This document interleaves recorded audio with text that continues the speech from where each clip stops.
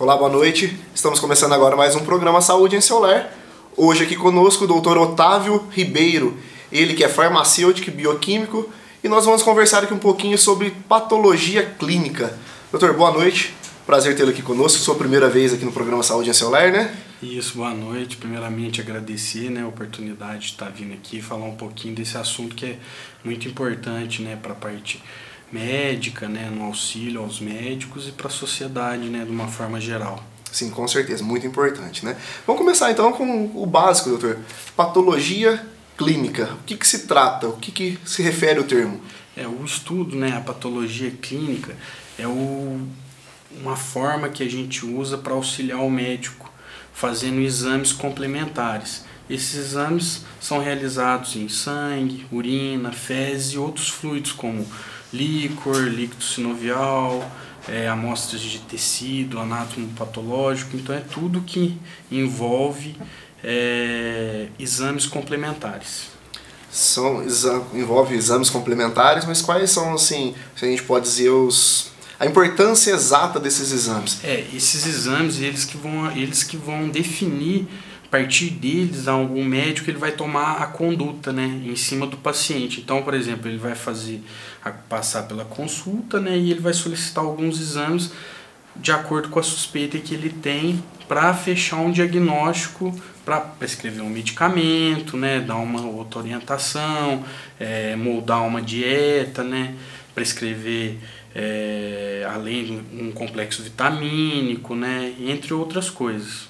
Tá. E quais são os mais comuns exames que a gente vê? Hoje, sim, o leque de exames é muito grande, é muito variado, mas o que a gente usa mais no dia a dia do laboratório é um hemograma completo, a dosagem de glicemia, que é para ver se a pessoa tem diabetes ou não, colesterol total e frações, urina 1, cultura, o parasitológico de fezes, para ver se tem alguma verminose, né?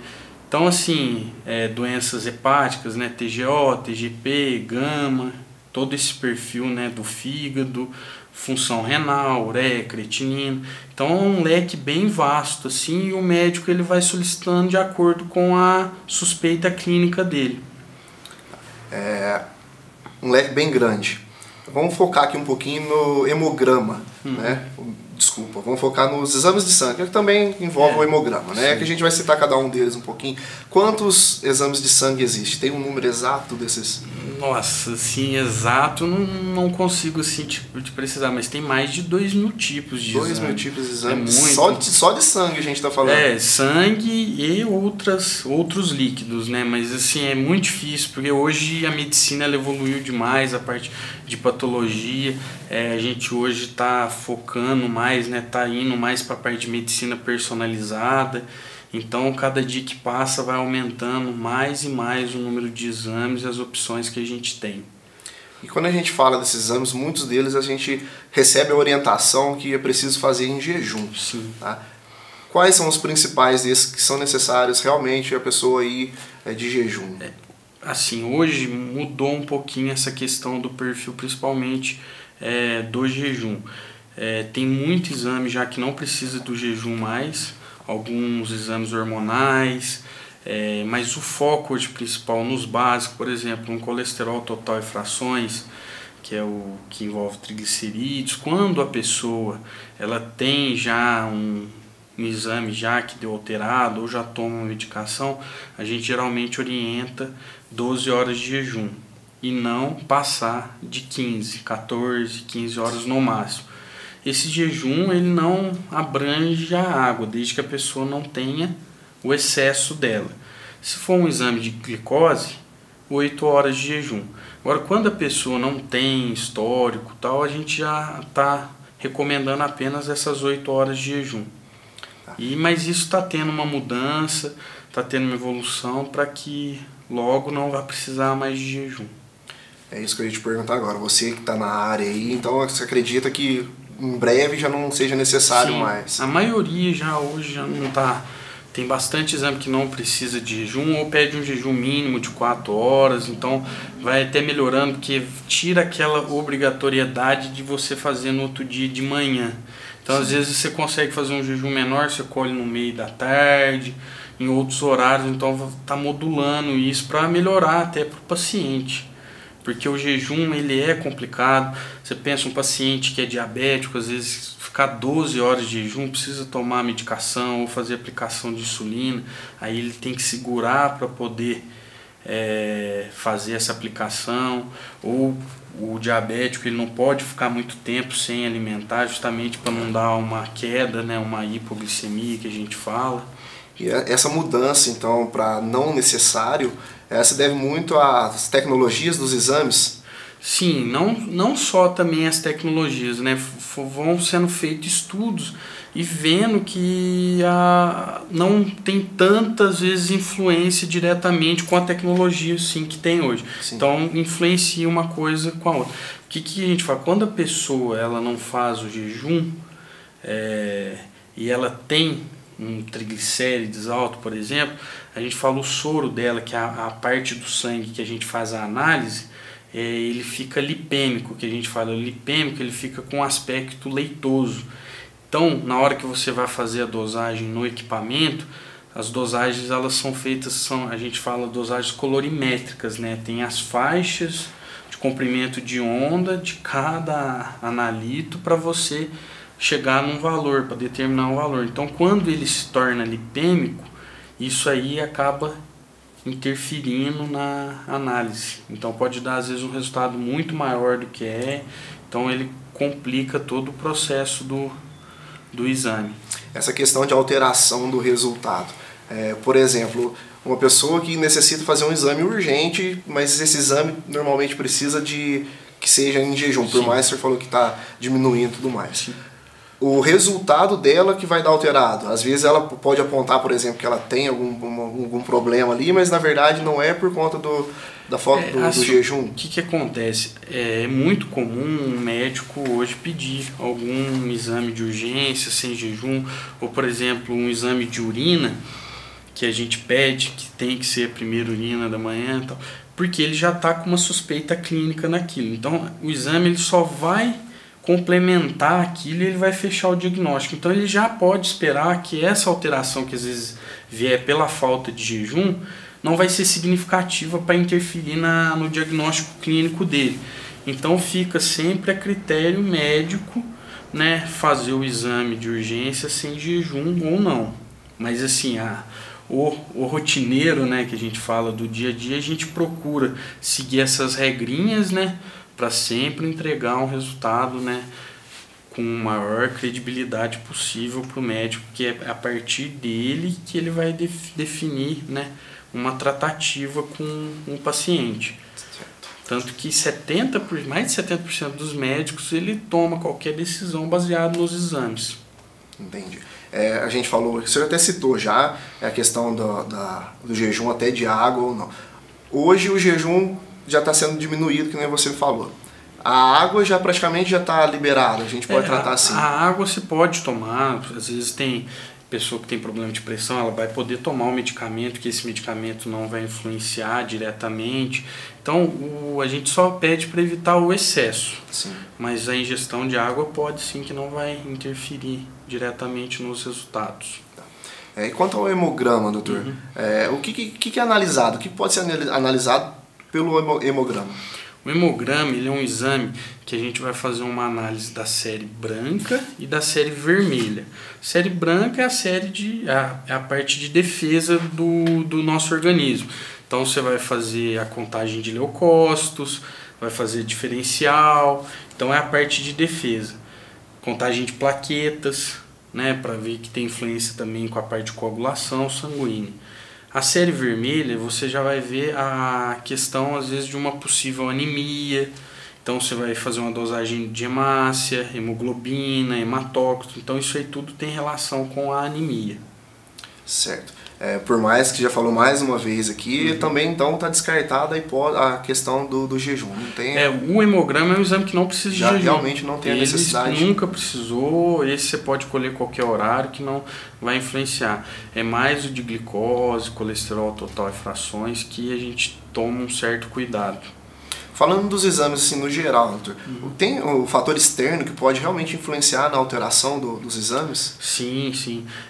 O tabagismo é um fator que influencia. A gente orienta o paciente, né, que tem, né, que faz o uso do cigarro, tentar evitar. Às vezes é difícil, não consegue, mas pode influenciar diretamente.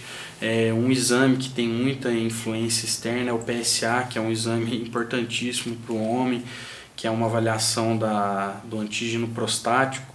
E ele é um exame que você tem que ficar no mínimo 2 dias sem relação sexual, não pode andar de moto, não pode andar de bicicleta, não pode fazer uma atividade física intensa, que isso tudo pode gerar um aumento do PSA. Então a gente segue orientando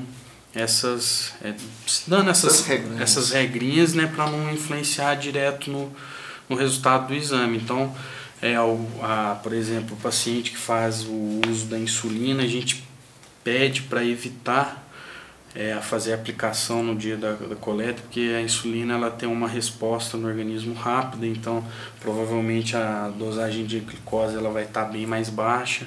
Essa orientação, normalmente ela é transmitida direto pelo médico, ou ela é feita essa pergunta, por exemplo, na hora que a pessoa chega lá no laboratório para fazer... Assim, essa parte de orientação entra numa questão assim, que a gente chama lá no laboratório, que é pré-analítico. Hoje, essa questão de pré-analítico é a questão mais importante de qualquer laboratório. Porque até tem vários estudos que tudo que dá de divergência em laboratório, 70%, é baseado nessa questão pré-analítica. E essa pré-analítica ela envolve desde na hora que o paciente sai lá do médico até as orientações gerais no laboratório. Então a gente sempre precisa sim também do apoio médico em dar essas primeiras orientações, porque às vezes o paciente chega para fazer o exame direto, ele saiu da consulta e já vai no outro dia cedo, faz um jejum que ele às vezes está acostumado, mas não tem algum exame específico que ele não sabia alguma coisa da orientação e não ligou no laboratório, ou o médico também não informou. Aí ele chega, às vezes você questiona ele para não perder o jejum, ele fala, não, eu fiz sim. Aí a gente colhe, dá seguimento, às vezes dá alterado e ele não tem nada clínico que envolva aquilo, então aí a gente tem que ligar, pedir uma recoleta para estar confirmando o resultado.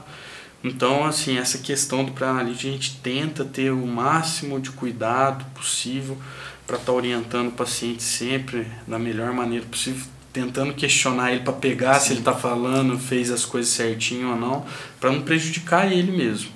O mais correto, então, mesmo, seria, no mínimo, o paciente dar uma ligadinha lá antes, O ideal sempre, quando pode, né, ou ligar, ou dar uma passada, a gente vai orientando, né, leva o pedido, porque às vezes tem que pegar coletor, né, aí você já faz toda a explicação, ele já chega no outro dia pronto, já para coletar e sai de lá tranquilo. Praticamente certo, que não vai precisar voltar e fazer outro exame. Né? Doutor, eu questionei sobre a interferência externa nos exames, até uma curiosidade muito particular. A gente vê muito, escuta muito falar, eu tenho filhas pequenas, tenho principalmente as meninas no caso, que vai colher um exame de urina e, por exemplo, ele usa fralda ainda. E o exame, aquela limpeza que é feita, às vezes já escutei falar de outros médicos me falando que deu infecção de urina. E na verdade era uma interferência externa por conta da limpeza do local. É isso mesmo que acontece. É isso aqui que acontece. A criança, principalmente quando faz o uso de fralda, tudo, você ainda passa as pomadas, né, contra assadura.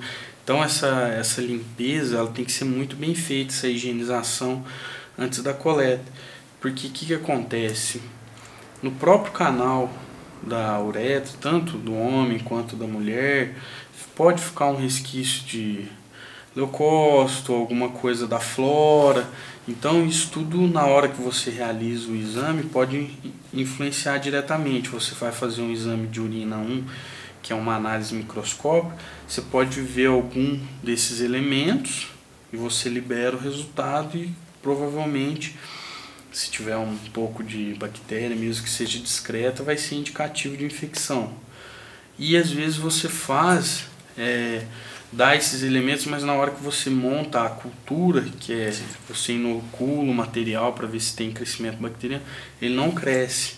Aí você vê que é uma contaminação, ou foi mal acolhida, ou não fez a higienização da forma correta. Então a gente sempre orienta o paciente quando é de criança, que usa fralda, tudo.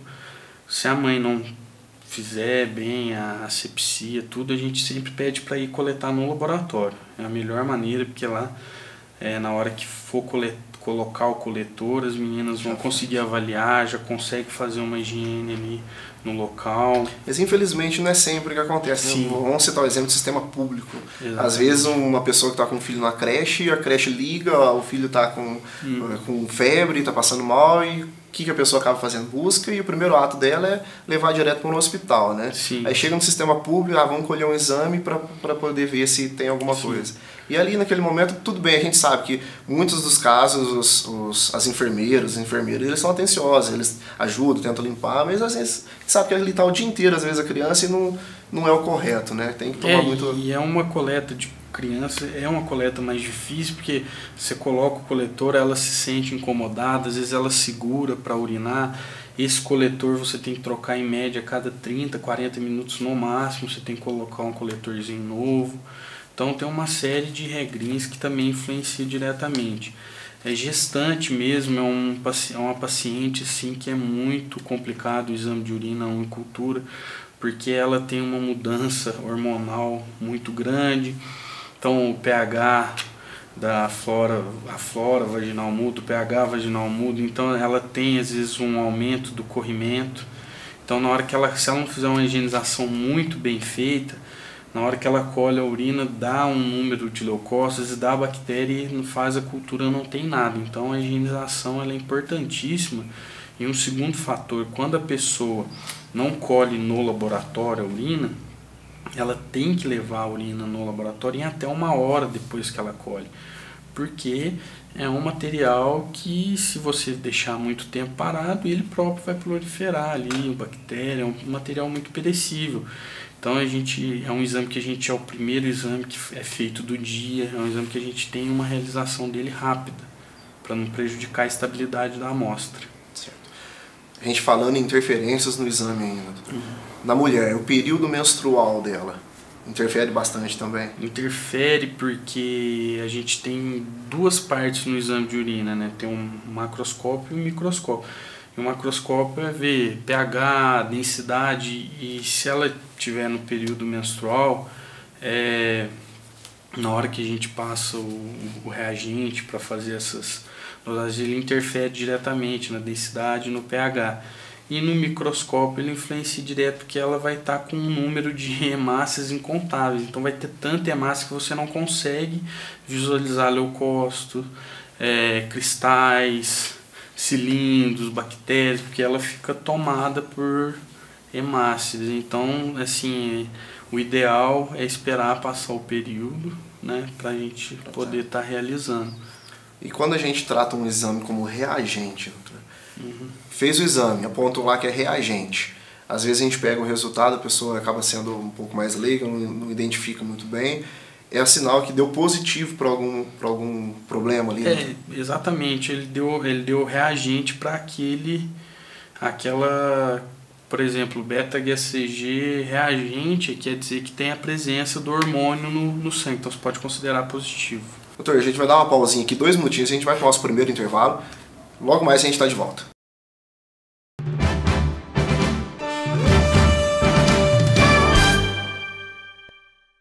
Estamos de volta com o programa Saúde em Seu Lar. Hoje falando sobre patologia clínica com o Dr. Otávio Ribeiro, né, doutor? Isso. A gente foi para o nosso primeiro intervalo aqui, a gente está falando de alterações nos exames e tudo mais. Eu gostaria de falar agora um pouquinho sobre os exames de colesterol, doutor, que a gente vê muito aquele tal do colesterol bom, colesterol ruim, né? Como que é feito esses exames, o que se trata específico de cada um deles, o que é o exame ruim, o colesterol ruim e o colesterol bom. Certo. Né? Hoje a gente divide, né, o colesterol, né, em frações mais o triglicerídeos, né? As frações é o HDL, o LDL e o VLDL. Considerado colesterol bom é o HDL, que esse que é o que ajuda, né, a não deixar o acúmulo de trombos, né? Ajuda a manter as veias mais limpas, né? Evitar o acúmulo de gordura, né? Fazer os pequenos trombos. E o LDL, né, é o colesterol ruim, né, ele junto com o VLDL, que tem diretamente essa função quando está muito elevado. O HDL é um colesterol que você consegue fazer o aumento dele através da prática de atividade física. Quanto mais atividade física você faz, você consegue melhorar o nível dele. Essa ligação é de fato direto por conta da liberação dos hormônios e tudo mais? Sim, é uma relação, né, química do organismo que ajuda no estímulo, né, a manter ele mais alto. E o triglicerídeos, ele não é uma fração direta do colesterol, mas ele tem relação direta, né, com o colesterol ruim. Quanto maior o índice glicêmico, maior teoricamente ele acompanha o triglicérides. Então os dois eles caminham juntos.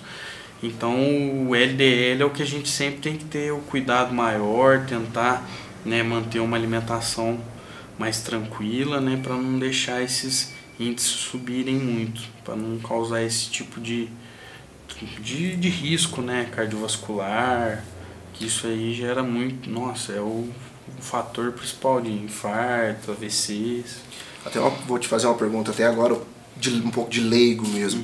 Você falou a questão das atividades físicas e tudo mais, que interfere no colesterol bom, no HDL. Ruim diretamente. E no ruim também diretamente. Também, porque ele ajuda a diminuir o nível do triglicerídeos. Aí o nível do triglicerídeos estando menor, né, baixo, equaciona de uma forma positiva para o organismo. Ele pode esconder, mascarar alguma coisa, dar um resultado diferente depois. Ele não vai mascarar. Realmente, se você tiver uma prática constante, ele vai manter o nível, né, do triglicérides mais baixo e, consequentemente, o VLDL fica mais baixo e o HDL sobe. Então, você consegue ter um colesterol ruim, que é o LDL, dentro do normal, nada que vai ser prejudicial para a saúde. Seria bem uma balança mesmo, a gente pode falar. Então, subiu o HDL, o colesterol ruim, chamado ruim, ele vai ficar baixo. Vai ajudar isso. Vai controlar. Exatamente. Então, a gente pode dizer que a atividade física, como sempre, é sempre bem-vinda, né?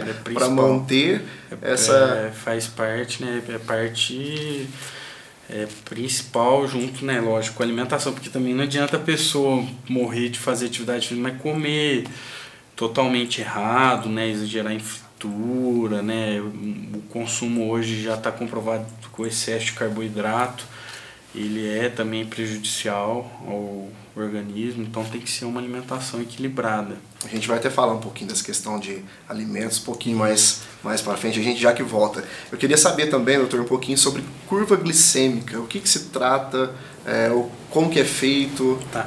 A curva glicêmica, assim, geralmente ela é realizada com a finalidade para um paciente que está com ou uma suspeita de diabetes, ou uma suspeita de hipo, e até no caso de gestante, hoje é padrão fazer em toda gestante para ver se não está tendo o que a gente chama de diabetes gestacional. Então a gente vai fazer uma análise, né, de glicose em vários períodos ou 2 períodos, depende, é critério médico, tem vários tipos de curva. Certo. Então a paciente ela vai chegar, né, no laboratório, paciente em jejum, vai fazer uma dosagem dessa glicose em jejum. E depois a gente administra no paciente, a gente dá para ele tomar um açúcar, ele chama destrozol. Aí tem uma quantidade específica para adulto, né, criança, por peso. E então a gente induz ele a uma sobrecarga, né, de açúcar grande para ver como que o organismo dele está funcionando. Se o organismo dele está conseguindo produzir insulina na quantidade suficiente para ela ir na corrente sanguínea, né, e tirar esse excesso de glicose da corrente sanguínea e levar ela para as células, né, para transformar em energia e seguir o fluxo, porque a diabetes é o que? Quando você tem uma disfunção, né, você tem uma diminuição na produção de insulina e essa insulina ela não tem capacidade para pegar, carrear, né, toda essa glicose que tem circulante. Então essa glicose fica em excesso na corrente sanguínea e começa a gerar todos os problemas. Pegando esse gancho da diabetes, a hemoglobina glicada, é assim mesmo que fala, glicada. O que se trata? Ela tem interferência direta nessa questão do diabetes? A hemoglobina glicada ela é um exame assim, usado hoje para praticamente todos os pacientes que têm a diabetes, justamente como controle. Porque ela vai fazer, a gente faz são várias frações, né, da hemoglobina. Então você consegue ter uma média estimada dos últimos 3 meses de como que a glicose desse paciente ela se manteve. Porque o que acontece? É muito comum, às vezes, o paciente diabético ele chega perto da semana de realizar o exame, aí ele vai e faz a dieta. Aí ele não come nada de massa, de pão, de doce, faz a dieta bonitinha, toma um remédio bonitinho, aí faz a glicose dele, tá legal. Só que não é a realidade. Aí quando faz a glicada, a hemoglobina glicada, você pega como que estava a média dele. Então isso para o médico é fundamental para ele ter o controle, até para ele puxar a orelha do paciente quando precisa. Às vezes é necessário, né? Sim, porque é uma doença que requer mesmo cuidado, disciplina. Tem, dependendo do tipo, assim, ela judia mesmo, que você não pode comer, você tem que se restringir. Então é uma doencinha chata de tratar, mas assim, que a pessoa ela depende dela para conseguir, né, seguir tudo direitinho. O número de pessoas que descobrem que estão com diabetes é alto hoje em dia no laboratório de vocês? Tem bastante ainda paciente diabético, mas assim, eu vejo uma melhora. É mais o pessoal mais idoso, mais velho que vem até por questão cultural de alimentação. Hoje a gente vai vendo que o perfil tem mudado bastante. Hoje tem muito... o enfoque está muito na questão da medicina personalizada, no controle alimentar, nessa questão assim, de você avaliar cada pessoa geneticamente e a mudança mesmo dos hábitos de uma forma geral, né, que vai sair nos estudos. Hoje tem um acompanhamento nutricional muito maior do que antes. Um profissional que está fazendo uma diferença muito grande para a população de uma forma geral. A gente citou aqui a questão das atividades físicas, exercícios físicos, e agora falando dessa relação do diabetes. Nos últimos anos para cá a gente tem vivido, não sei se eu posso nem dizer, uma moda da fitness, né? Do controle alimentar bem adequado, como você falou, das atividades. Isso interfere diretamente também, então, nessa questão do diabetes. Exatamente. Pode ser que tenha dado essa melhorada, que nem você falou, por conta disso. Sim, é esse apelo que tem hoje, né, as questões de saúde, né, as mudanças, essa questão da medicina mesmo. O pessoal hoje busca mais, tá tentando, né, fazer mais atividade física. E os estudos mesmo, você vê cada vez mais que o excesso de carboidrato, né, desse grupo alimentar, ele é muito prejudicial à saúde. Ele causa processos inflamatórios nas veias, artérias, ele aumenta o colesterol ruim, então ele causa uma série de problemas no organismo e assim, a gente precisa dele, mas tudo controlado, e o consumo era muito grande desse grupo, então está tendo um equilíbrio maior, uma mudança, uma inversão, né, nos grupos assim de equilíbrio para poder a pessoa ter uma vida mais saudável, uma qualidade de vida melhor. Certo. Doutor, mais uma pergunta desses termos mais técnicos que a gente usa, esses nomes, no caso a gente está acostumado a ver e tudo mais, o beta-HCG. Sim. O que se trata essa sigla HCG, o que é esse exame? Esse exame a sigla HCG quer dizer hormônio da gonadotrofina coriônica. É o hormônio que a mulher libera quando ela está gestando. Então, assim, é o exame que a gente faz para ver se a mulher está grávida ou não. Então, a partir do momento que ela engravida, o organismo dela começa a produzir esse hormônio e a gente faz essa dosagem através do sangue para ver se tem a presença dele ou não. Então, assim, dependendo do quanto que tem, você consegue identificar se ela está grávida ou não. Certo. Para gravidez, no caso, hoje ele é o único exame que ele é feito, ou tem mais algum outro? Não, para definir, sim. Aí depois, agora, a gente já consegue fazer um para definir o sexo da criança através de uma coleta de sangue. Então, a partir da 8ª semana de gestação, a gente tem um exame lá que chama sexagem fetal, a gente faz uma coleta de sangue simples, e a partir dessa coleta você faz uma pesquisa do cromossomo masculino no sangue da mãe. Se tem a presença, é feto do sexo masculino, se não é do sexo feminino. E a porcentagem de acerto é 99,99, aquela... Você não pode falar que é 100%, mas a gente está acostumado, faz demais. É isso que eu ia te perguntar. Hoje é comum, tá sendo feito bastante? Muito, porque é um exame hoje que tem um custo bem justo, não é um exame caro e assim, às vezes a mãe vai esperar para fazer um ultrassom até conseguir ver o sexo da criança, às vezes vai ver com 4 meses, 5 meses, e se você com 8 semanas você já consegue definir, saber se é menino ou menina. Bacana, é bem legal. Mais uma vez, eu creio que a evolução, né? Sim.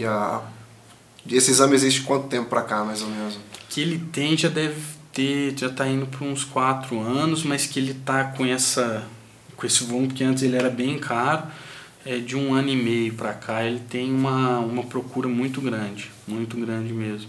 Bacana. E assim como outros que vieram nessa questão que a gente fala de biologia molecular, medicina personalizada, a gente tem um painel que chama NIPT, quando faz o ultrassom e a translucência no cal dá alguma alteraçãozinha, ele é um perfil que você faz para ver a probabilidade dessa criança, né? Para ver a probabilidade não, para ver qual tipo de síndrome que ela tem. Sim. Porque o que acontece? É muito comum, antigamente ia descobrir só quando a criança nascesse ou depois de 1, 2 anos que ela não desenvolvia. Hoje, com esse perfil NIPT, você consegue já ver durante a gestação. Você vai evitar dela ter a síndrome? Não. Mas você consegue tratar desde antes, a gestação se torna muito mais tranquila e até quando nasce o desenvolvimento dessa criança vai ser muito melhor do que se ela descobrisse ou demorasse para descobrir isso antes. Interfere, será, também no emocional da mãe, do pai também? Eu acho que a mãe e o pai já vão se preparando, porque já vai conversando, começa a pesquisar, já vai tratando uma forma melhor, então eu acho que só ajuda. E assim, e tem outros painéis também. Hoje a gente tem um painel nutrigenômico que é focado nessa parte de alimentação, que faz um estudo baseado no seu código genético, qual grupo alimentar é mais indicado para você, as quantidades. Então ele vai ajudar muito o profissional da nutrição. A tua resposta à glicose, à insulina. Então assim, é um exame assim, ele é fantástico, assim, você consegue ver grau de lipólise, que é a queima de gordura. Então tem um perfil esportivo, que você vê a suscetibilidade a ter uma lesão, se você tem fibra muscular branca ou fibra muscular vermelha, que uma é de resistência, a outra é para ganho de massa, qual que é a tua resposta inflamatória, resposta antioxidante. Então é uma série de coisas que vem vindo para ajudar, e isso só vai melhorar a qualidade de vida do paciente. Certo. Só para a gente encerrar esse segundo bloco, então a gente volta a falar um pouquinho mais sobre a medicina personalizada no próximo bloco, mas como a gente fez no outro bloco, fazia assim aqui um pouquinho também. Outras interferências nos exames, a gente pode dizer assim, resfriado, medicamento, febre, tem relação também na interferência nos exames no geral, tanto urina, sangue? Sim, por exemplo, o resfriado, ele pode, quando você faz o hemograma, ele pode dar um aumento na contagem de leucócitos. Então ele interfere sim no resultado, mas até um dos motivos de fazer o exame é justamente para ver, até ajuda no auxílio do diagnóstico, para ver o tipo de porque aí na hora que você faz a diferencial, você consegue ver se é viral, se é bacteriano, então isso ajuda. O exame de urina, quando a pessoa está fazendo o uso de urina com cultura, a pessoa está fazendo o uso de algum antimicrobiano, a gente evita fazer a cultura porque os antibióticos, de uma forma geral, eles têm uma ação sistêmica no organismo. Lógico, você escolhe alguns tipos de acordo, né, com o tipo de infecção e local, mas eles têm uma ação sistêmica no organismo. Então, ele pode influenciar, e na hora que você semeia e inocula aquele material, a urina, que é um exemplo, a pessoa às vezes pode estar com infecção de urina, com bactéria, mas se ela estiver tomando, pode não haver crescimento dessa bactéria, porque o antibiótico está inibindo. Um outro exame que sofre interferência direta é o TSH, o T4 livre, que é o exame de tireoide. A gente pede para a pessoa evitar o uso do medicamento antes de coletar o exame, porque pode interferir também no resultado. Certo. Medicamento também, você pode até explicar para a gente escuta muito falar aquela questão da aspirina, ela é utilizada também, não sei se mito, você pode explicar melhor para a gente, para afinar o sangue. Sim, o AS. O AS e tudo mais. Esse usado para afinar o sangue interfere no resultado? Pode interferir sim, principalmente nos exames de coagulação. Às vezes tem paciente que tem, às vezes, problema cardiovascular e o médico ele já prescreve propositalmente mesmo o AS, porque é um exame um medicamento mais tranquilo. Ele não vai ter aquela ação tipo Marevan, que vai afinar demais, que tem que ficar controlando, mas ele já passa para o paciente para deixar o sangue dele um pouquinho mais fino. Então, na hora que você faz um exame, por exemplo, o TAP, que é o tempo de protrombina, ele pode dar alterado pelo uso do AS, da aspirina. Certinho. Doutor, vamos para mais 2 minutinhos de intervalo e a gente já está de volta.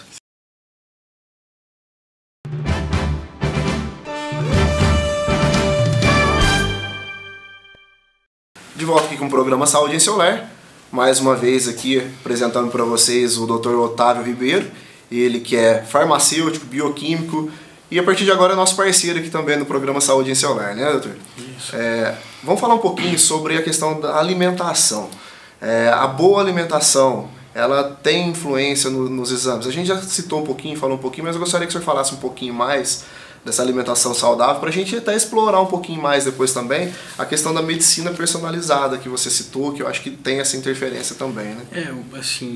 Igual eu até expliquei o caso do diabético, né? Assim, hoje tudo é baseado no que a gente come. Então, assim, quanto mais equilibrado for, mais a gente procurar, né, tendo uma alimentação saudável, os exames vão dar bom, vai ter um mínimo de alteração. A parte genética, as doenças genéticas, assim, são muito menores do que as doenças que a gente acaba adquirindo por excesso da nossa parte. Então, o excesso de alimentação, a falta de atividade física, as coisas do dia a dia que às vezes a gente não segue, isso acarreta, né, em tudo. E a gente vai vendo que a prevenção hoje é a principal arma que você tem, né, para evitar tudo. Então, por isso que hoje está tendo esse foco tão grande na medicina personalizada. Igual eu estava falando nessa questão do profissional da área de nutrição, né, os nutricionistas, os nutrólogos, então eles vieram para somar muito para a população, porque é uma coisa assim que está tendo essa procura. Então o pessoal hoje quer estar mais saudável, quer estar, igual você falou, fitness, né? Então procurando as academias, né, tá fazendo atividade física e acaba tendo reflexo direto nos exames, né?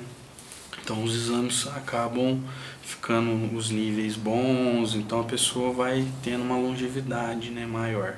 Pode acontecer de dar o resultado inverso, a pessoa ter uma alimentação mais do que excelente, saudável, mas fazer o contrário na hora dos exames, um resultado não compatível com a realidade? Então, é o que eu falei no caso, por exemplo, do diabético, né? Por isso que você tem que... Porque O exame ele tem, né, uma validade. Se você tiver um perfil alimentar durante 3 meses, depois de 3 meses você mudar esse perfil, e você for fazer o exame, ele vai dar diferente. Se eu pegar e fizer uma dosagem de glicose sua hoje e fizer ela amanhã, ela vai dar diferente. Mas só que aí ela vai dar a próxima. Então, vamos supor, faz hoje, deu 85, amanhã vai dar 90, 92 ou vai dar 80. Isso não muda nada clinicamente. Agora, se, por exemplo, a pessoa ela tem um perfil, vou usar um exemplo do colesterol, ela faz o exame, aí o colesterol dela dá 240, triglicérides 200, aí ela muda a alimentação, faz uma dieta, né, começa a fazer atividade física, aí depois de 3 meses ela repete o exame, que é geralmente o que a gente recomenda, aí o colesterol dela cai para 190, o triglicérides vai para 110, então tem influência direta. Então, assim, se a pessoa, dependendo do que ela come durante a semana, tudo vai influenciar no resultado, sim. Então, por isso que o médico, a função do médico ela é importante, porque ele vai avaliar ela clinicamente. Então, por exemplo, você faz uma glicose lá, você não fez o jejum, só que você passou em consulta, era um exame de rotina, aí você chega para o médico com uma glicose de 120, ele vai falar, ué, tem uma coisa errada, você não tem perfil, você não está sentindo nada, aconteceu, você fez jejum certinho, você não fez? Aí é o que eu falo também, a importância do laboratório como cuidado. Por exemplo, a gente lá no Viotti, que a gente tem um perfil todo resultado que dá alterado, que a pessoa não tem histórico, que é de rotina, a gente liga para o paciente, pede para ele voltar e a gente faz uma recoleta para confirmar o resultado. Justamente porque essas coisas influenciam diretamente no resultado. E na hora que o resultado chega para o médico fica perdido. Então você tem que estar ali auxiliando o médico. Então a gente procura tentar estar ligando, entrando em contato. Se dá um resultado muito alto, a gente deu esse resultado, você viu alguma coisa, era isso mesmo. Porque a gente atende muito paciente e a gente atende paciente de todas as classes, todo jeito, pessoa mais humilde, pessoas com um grau de instrução maior. Então, às vezes você pergunta para a pessoa se ela fez jejum, às vezes ela não sabe o que é o jejum, então você tem que ter esse cuidado, uma paciência, tá sempre informando tudo direitinho para entregar o melhor resultado possível. Certo. A gente está bem no finzinho do programa, Dor. Eu quero fazer uma pergunta para você, que eu acho que é até uma dúvida muito grande do pessoal que está em casa. Por mais que eu falei que a gente ia falar outras coisas, mas o tempo é curto, tá? Tirar essa dúvida mesmo. Por que um exame de fezes tem que fazer a coleta 3 vezes? É assim, depende também muito do critério médico. O ideal é fazer 3 amostras sequentes, porque o parasita, né, cada um tem um ciclo, né, de ovulação, de liberar os ovos ou o próprio parasita. Então, quando você faz em 3 amostras, a chance de você pegar ele é muito maior do que você colher em uma aleatória. Então pode ser que às vezes nessa ele não tinha eclodido nada de ovo, por exemplo, na TAN. Então é uma maneira de tentar cercar o diagnóstico ali e pegar na hora de fazer o resultado, né, se tem alguma coisa ou não. Se faça uma coleta só, pode ser que dê um resultado não reagente, um resultado que aí esse sim não condiz com a verdade. Seria exatamente, aí fala que não, mas a pessoa às vezes está assim, aí depende do ciclo mesmo do parasita. Doutor, eu queria agradecer aqui a sua participação com a gente, mas antes de encerrar, eu gostaria de deixar aí um minutinho para você fazer um merchan, uma propaganda, você que é o nosso novo parceiro aqui da Viotti, né, do Laboratórios Viotti. Fala um pouquinho pro pessoal do seu laboratório. Primeiramente agradeço, né, a oportunidade de estar aqui, a gente agora está aí com essa parceria, espero que seja bem longa. E lá nós do laboratório, a nossa intenção é ajudar, né, a população de uma forma, da melhor maneira possível, com qualidade.